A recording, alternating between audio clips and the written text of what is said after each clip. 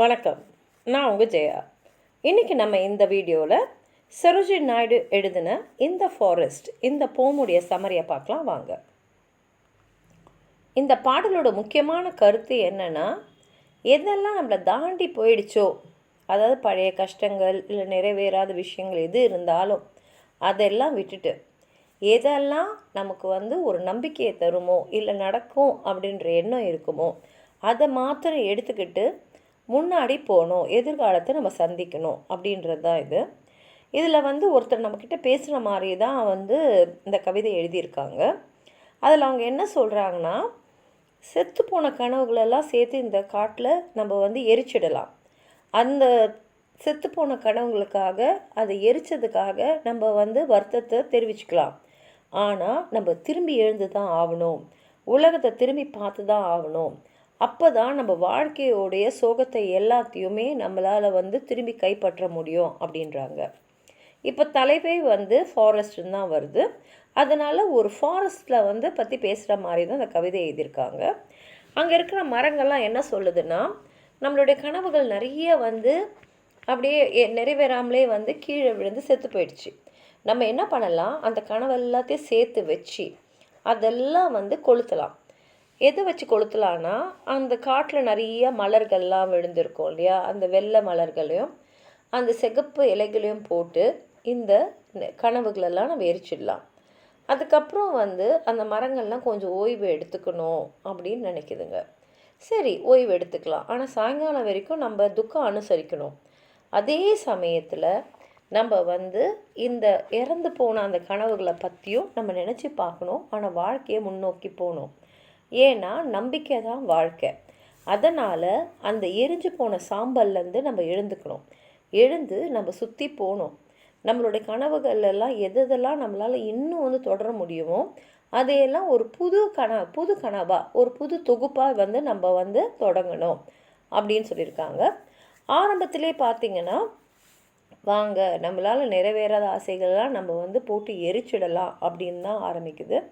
ஏன்னா நிறைவேறாத ஆசைகளை இன்னும் சுமந்தோன்னா அதனால் ஒரு பிரயோஜனமும் இல்லை. அதனால் இந்த மரங்கள்லாம் விழுந்த அந்த வெள்ளை இதழ்களும் சிகப்பு இலைகளும் நம்ம சேர்க்கணும். சேர்த்து அதில் நம்ம கனவுகளை போட்டு நம்ம எரிக்கணும். இப்போ இதுவே என்ன சொல்லுதுன்னா, நான் முடிஞ்சதாகவே இருக்கட்டும், அதை தாண்டி நம்ம போகணும்.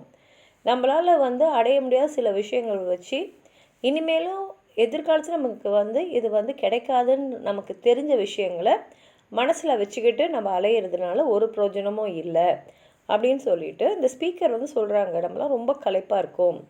ஏன்னா இந்த இறந்த கனவுகளை ரொம்ப வருஷமாக சுமந்து ஒரு களைப்பு நம்ம எல்லாருக்குமே இருக்குது. அதனால் நம்ம எல்லாருக்குமே ஓய்வு வேணும்.